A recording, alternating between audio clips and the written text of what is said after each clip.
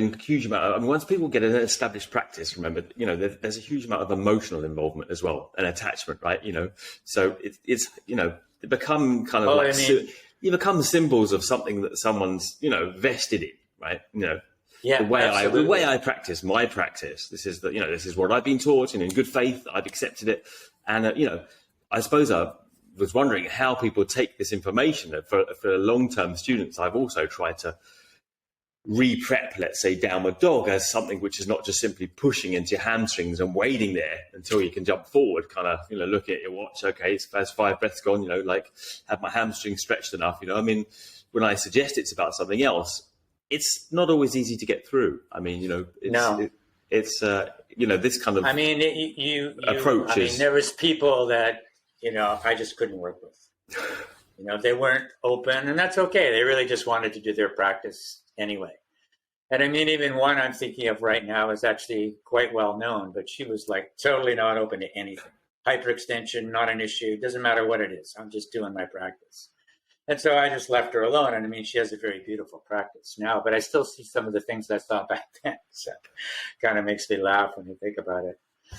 Not everybody is open to it. And what I would find, like for example, I'm sure Linda and Gerald and Ashtanga Yoga. I mean, literally, Linda took her first yoga class with me in Toronto, like many, many moons ago. And I met Gerald when I was in Oroville. And so when they got together and opened up Ashtanga Yoga Paris, they invited me to come teach. So, and that also happened with other people we met. We met them in England, but they were from Sweden. So it's just kind of like we would meet and then sort of help these people develop communities, Yeah. Like and Linda and Gerald are amazing teachers now in their own right. And absolutely.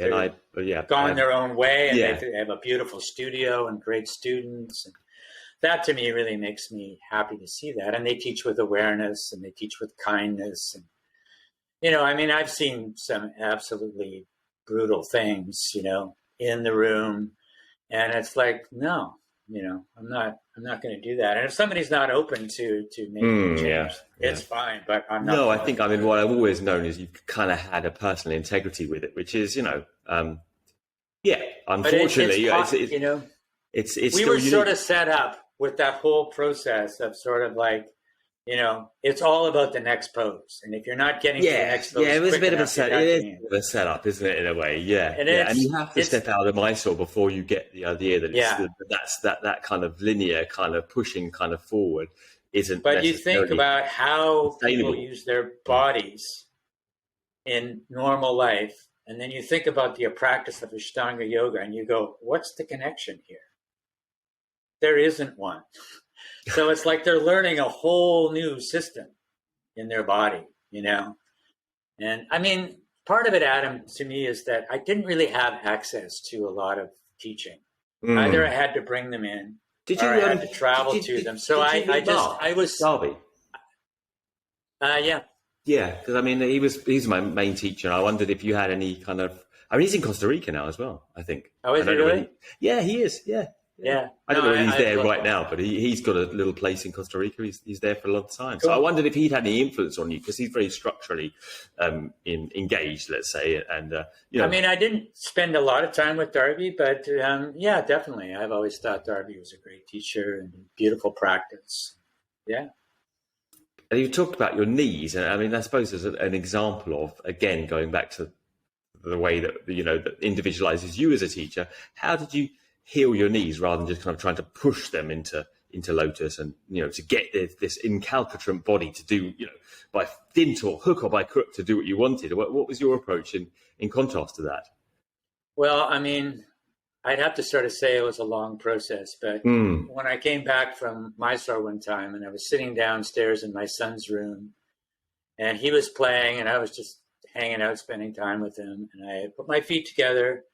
And I laid back against the wall, and my pelvis fell forward, and I went, Baddha Konasana. Wow, what is this feeling that I'm having? And, it took a little bit of anatomical study, but, the external rotators in your hips, when you use them to widen, So they pull away from center, but they also internally rotate. And this to me was the key piece, because then I had to learn how to manage the internal rotation. I know this is going to get a little complicated, but as I moved through that process, I started with Baddha Konasana, and then I started to work my way out. And then another sort of methodology that I started to use is that, okay, so most of the poses we're doing are asymmetrical. But asymmetrical poses also have symmetrical roots. So if you take a look at Janu Shirshasana, Janu Shirshasana is half Baddha Konasana and half forward bend. And so if I serve equally both Baddha Konasana and the forward bend, it would put me in a structure. They're both forward bends. As far as the pelvis and the torso is concerned, they're both forward bends. One, I need to manage the knee action. The other, I need to manage the hamstring action. Right? Then take it a little bit of a step further, and I started to find if I go to a twist away from the folded knee, then my right leg, which I'm now, you can't see it, but I'm doing Janu Shirshasana, is working as a stabilizer. And because I'm turning away, but I'm also engaging to pull the knee away from center, it has this medial rotation that's starting to take place. But if I keep the upper outer thigh grounded, then that pressure doesn't move into my knee joint. Right. And then on the other end, it's really important to keep the ankle stable. So wherever the position is, if it's like this or if the foot's a point, so essentially half lotus is a pointed foot. There you go. I didn't know you were on the floor. I thought you were sitting down. Okay. And the toes are in a flexed position wrapped around the femur bone. So the foot is pointed, the toes are flexed, the ankle is stable. And if I keep the upper outer thigh grounded and stable, that pressure doesn't go into my knee joint. Because what was happening to me before, without information, the ankle would collapse. And that forward pressure then would just go crunch right into my knee. Mm-mm. Yeah. Well, if I had known you were sitting down prepared, I would have got you to do a lot more stuff. I mean, halfway through, and you're all ready to go. And I should have started this much earlier, giving you little demos. So I mean, do you teach that in Mysore? Yeah. Right. Yeah. I mean, the other thing that I started to sort of develop was this idea that Vinyasa isn't just pose to pose; it's steps within a pose. And I found this very valuable. I think part of it, Adam, is that when I started looking for information, I started to read about Krishnamacharya and things like Krishnamacharya. He said that the seed of yoga would come up differently in everyone. So then he went out and he taught Tabi Joyce, he taught BKS Iyengar, he taught Indra Devi. And you look at them, I've met Desikachar, I've met Mohan. They all teach from their own connection to yoga. So in a sense, when we learned Ashtanga, that's the practice that Krishnamacharya taught to Tabi Joyce. And he also somewhere in the mix taught BKS Iyengar, because they're doing the same practice, but it's completely different approach. And so,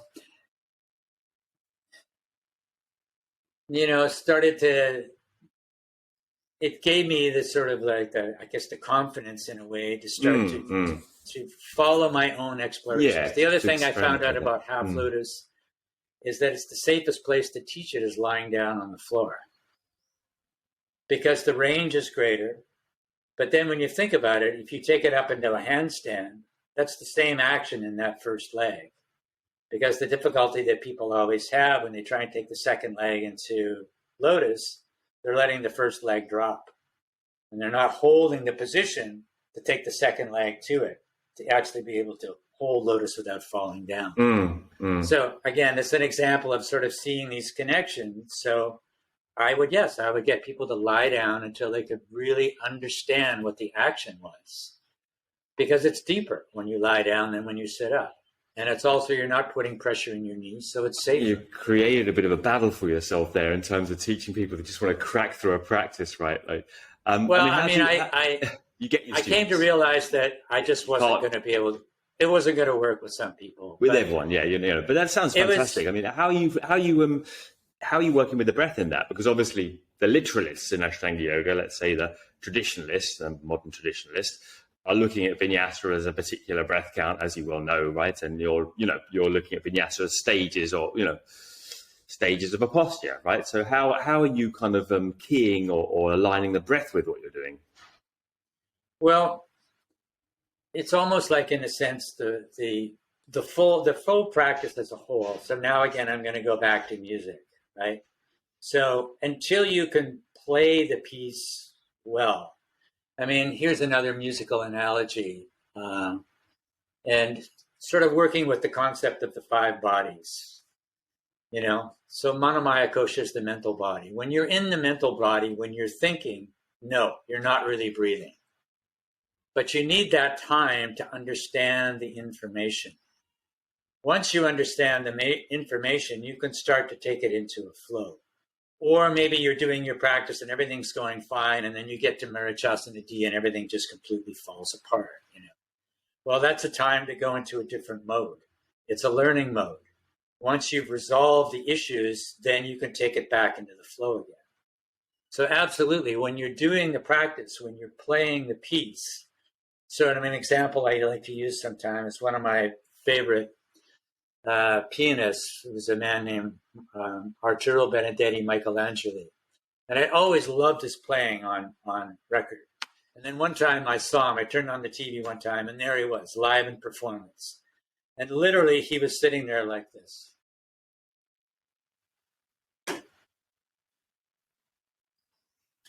Man, he was out of body. He was in the music.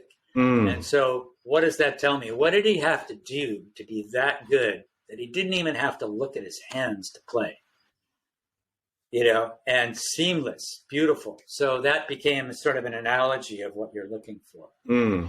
So the breathing comes later. It can come at any point. If you're able to do the pose, yes, breathe. And the breath count used to be 10 rather than 5. And in a sense, that makes more sense as well. Yeah. 5 Spend longer in the pose. It's like, I can suffer through almost anything for 5 breaths. And then, thank God I'm out of it. But if you have to stay longer, then you have to learn more about the pose. Right. So that to me sort of validated the technique. Yeah. So once you have resolved the issues, absolutely. Do it as a full practice. Breathe, flow, enjoy, And also sometimes to counter the fact that I was giving people technical information, I tell them, you know what, on some days, don't even worry about it. Don't think about a thing. Just go in and do your practice. Enjoy the practice, enjoy the flow. Don't think about it. And then another time we'll come in and we'll work on something. So I wasn't unaware of that. And it was an important goal of the practice. Ultimately, it is the goal of the practice. Yeah, otherwise it's kind of information overload every day and it's too much. Yeah. And I do the same thing, half the time maybe, think about the stuff, and half the time just have a practice, because it becomes like any other kind of learning process in life, really, doesn't it? And nevertheless, I wish I had met you. I was in Penzance, and I know you used to go in UK in Penzance to Elizabeth, someone, I can't remember her name now. Connolly. Yeah, Conley yoga farm. Yeah, and you used to come up there. Oh my God! I was close by, but John was my teacher at the time, and I was in Penzance. Right. John was in Penzance. Right. Well, he was. Of course, down he the was road. there as well. Yeah. Wow. So, Adam, you have no idea how you're bringing me back. My first time I ever went to Europe, I was close. We were invited to Ireland to teach at a retreat. We got there. There was nobody there. Nobody came for the retreat, so we just stayed and played and practiced. And then she introduced us to her teacher who lived in Cornwall. Yeah. So then we went to Cornwall and we met Elizabeth. And then got sort of connected to that whole kind of scene down there. Became aware of, John Scott's just teaching over here. And we met these 2 women from Sweden. So then we went to Sweden. So literally that place, Elizabeth's place, was my first landing in Europe. Okay. Okay. Yeah. Well, so it was a beautiful memory of mine. Yeah. And I met the Mohans there. They came while we were still there. And Elizabeth was a character, but she was very, very dedicated. She was. I haven't spoken to her for years. I hope she's still around and all right. It was a beautiful place as well. The lovely spot in the world, Penzance, Cornwall. If people haven't been, you ever get a chance to go over to the UK, head down to Cornwall. It's a unique place, and it's really it's part of England, but it's its own place as well. mystical and kind of Celtic kind of mysticism Have you ever, going on down Adam, there. have you ever met Philippa? She's from Cornwall. Do you know her? She teaches in London now. Yes, it rings a bell. I think I have. I so, you know, the Ashtanga community is so vast. But yes, I kind of think I know who you're talking about. I do know her, but yeah.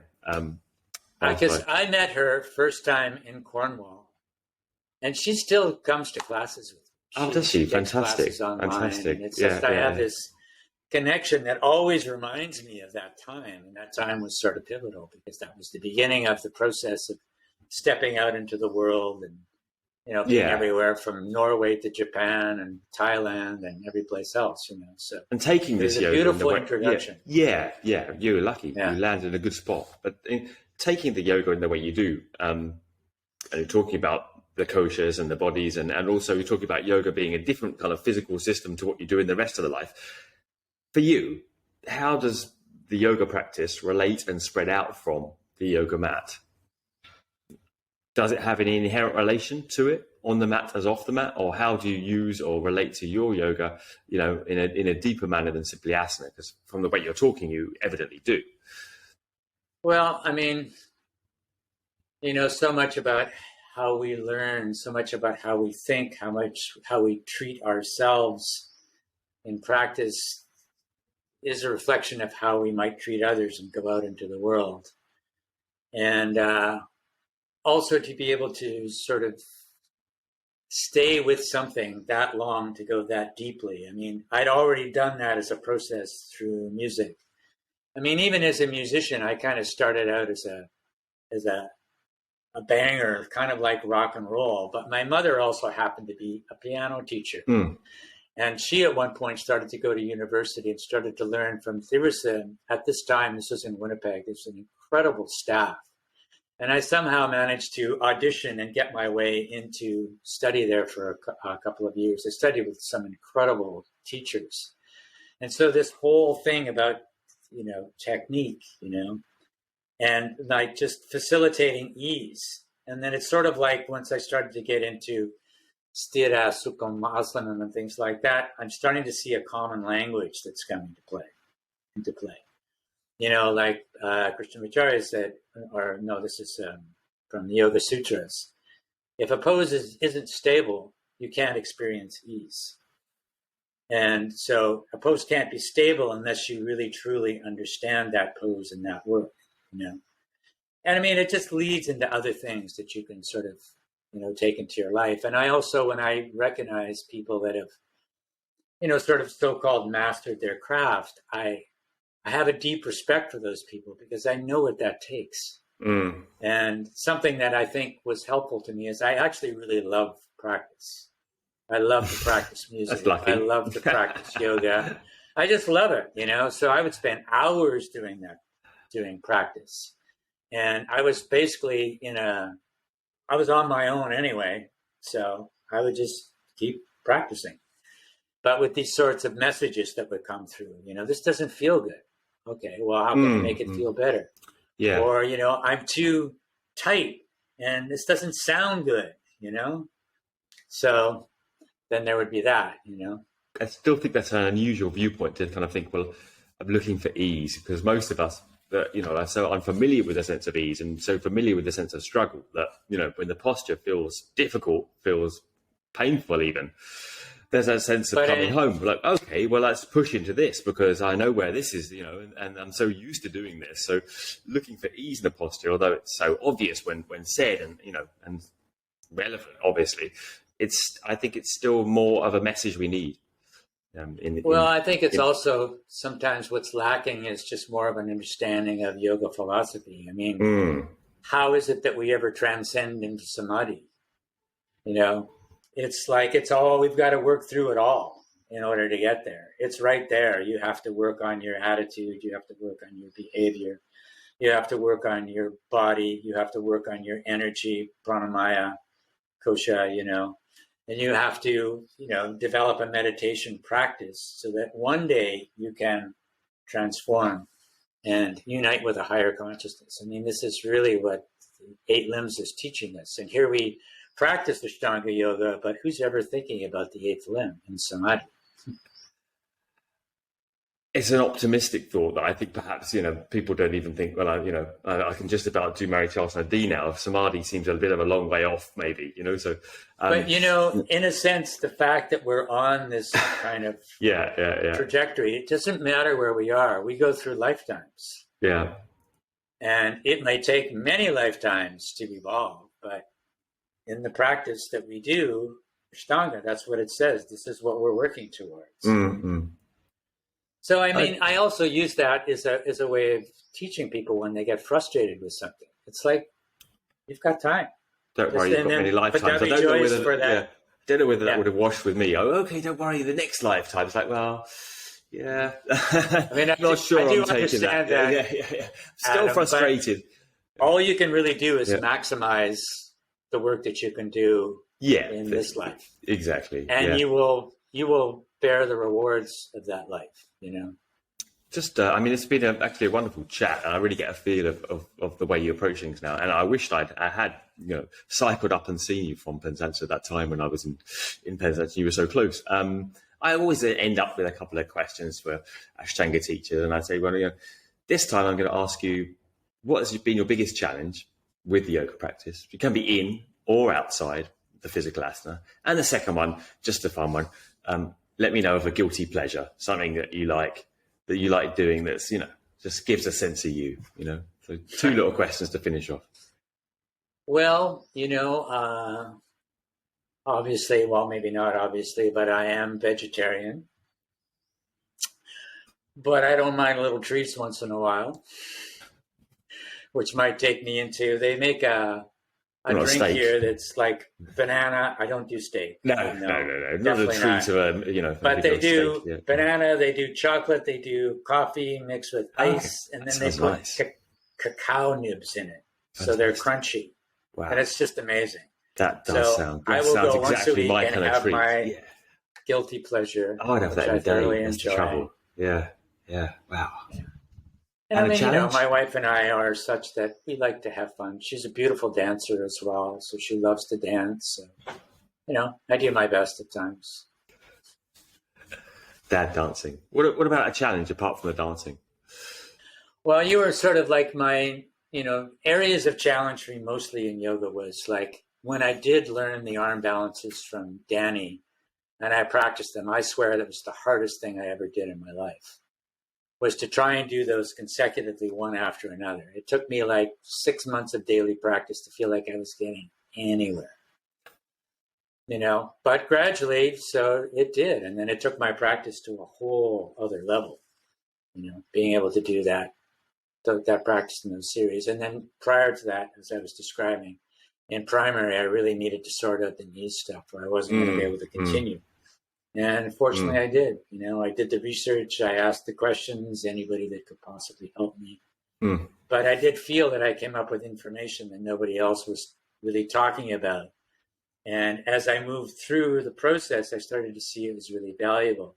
Like when I was describing to you that sort of twisting action, then that half lotus leg becomes the stabilizer of Marichasana D. Yeah, that because sounds when people really do that pose, they're just kind of floating. Nothing Yeah. is staying. There's nothing for them to build on.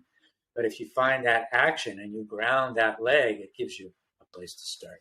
Yeah, well, so many people with this challenge of the knees these days. Well, I'm sure it's always been the case. So we don't sit like this. No, exactly. You take people that sit on the floor in India and eat their food.